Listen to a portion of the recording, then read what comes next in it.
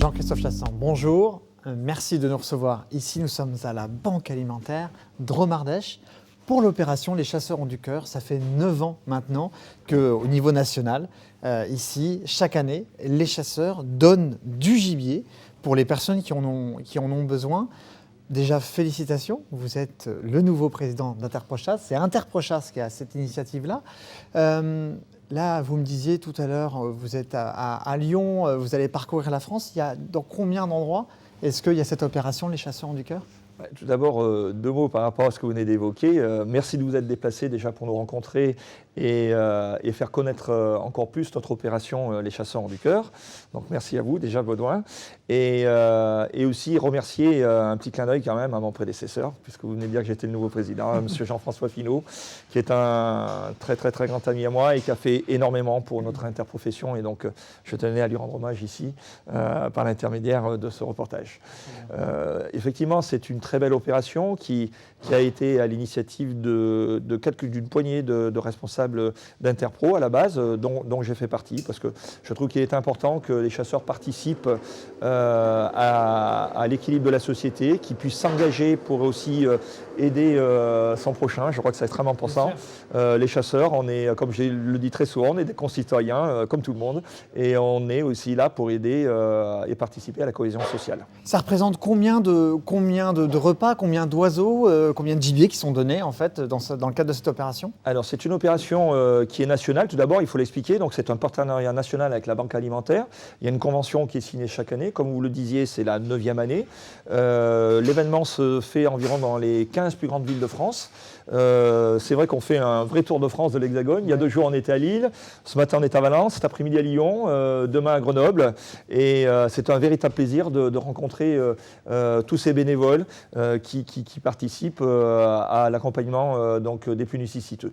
L'opération, c'est un partenariat de 5000 faisans au niveau national qui correspond à environ 20 000 repas.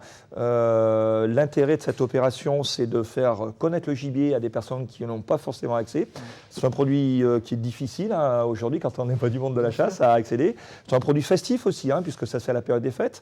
Ça permet quand même des gens qui n'ont pas forcément toujours la joie de vivre ou des difficultés. Justement, c'est là pour égayer un petit peu leur repas.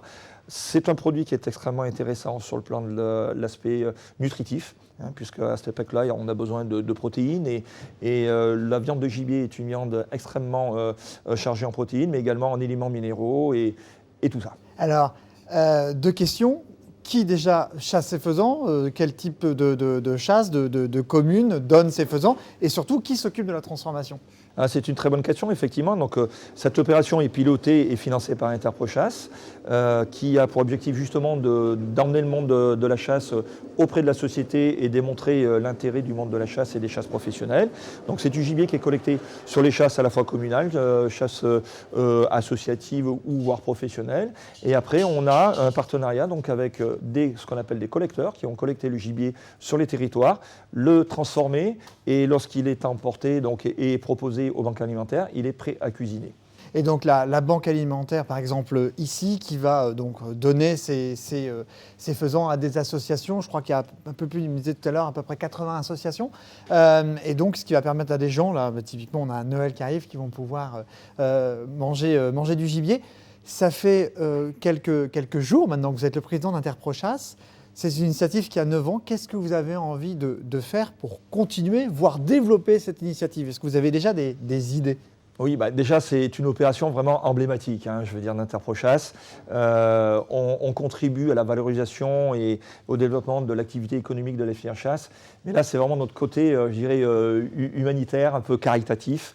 Et pour nous, c'est vraiment quelque chose de valorisant personnellement. Parce que d'aller justement à la rencontre des plus nécessiteux, et quand on voit qu'on leur offre ces faisans et qu'ils mangent le gibier, parce que quelquefois on est dans des associations avec les banques alimentaires où on est en contact avec les utilisateurs, et c'est un véritable bonheur. Pour conclure, l'objectif, c'est justement de de protéger les actions des chasseurs et puis de protéger surtout la profession en fait. Ouais, pour moi, il n'y a aucune ambiguïté entre la Fédération nationale des chasseurs et Interprochasse. On a chacun des missions différentes mais complémentaires. Et je crois que la chasse a besoin de toutes les forces vives, la chasse française, bien évidemment, pour pouvoir porter haut et fort nos couleurs. Et on a un véritable partenariat synergique avec la Fédération nationale des chasseurs qui existe depuis de nombreuses années. Et justement, je compte, avec mon ami Willy Schren, continuer à œuvrer dans ce sens-là et à progresser. Très bien, en tout cas un grand merci. On se retrouvera certainement l'année prochaine pour la 10e édition des Chasseurs ont du cœur. Avec grand plaisir, Benoît. Merci à vous.